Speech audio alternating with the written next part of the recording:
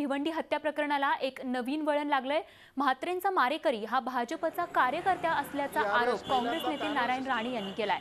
दरम्यान भिवंडी महापालिकेतले काँग्रेसचे सभागृह नेते मनोज म्हात्रे यांच्या निर्घुण हत्या प्रकरणी मनोज म्हात्रेंचा चुलत भाऊ प्रशांत म्हात्रे याच्यासह 6 ते 7 जणांवर हत्येचा गुन्हा दाखल करण्यात आलाय। जमीन आणि घरगुती वादातून ही हत्या झाल्याचा प्राथमिक अंदाज पोलिसांनी व्यक्त केलाय।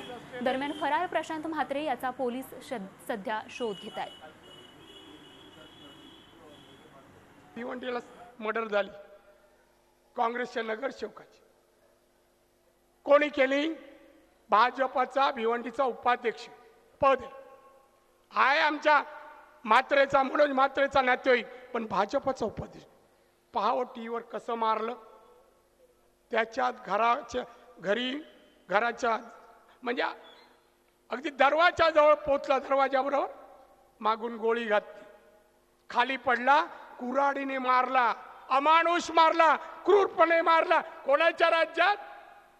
देवेंद्र फडणवीस भाजप आणि शिवसेनेच्या राज्यात। झी 24 तास रहा एक पाऊल पुढे।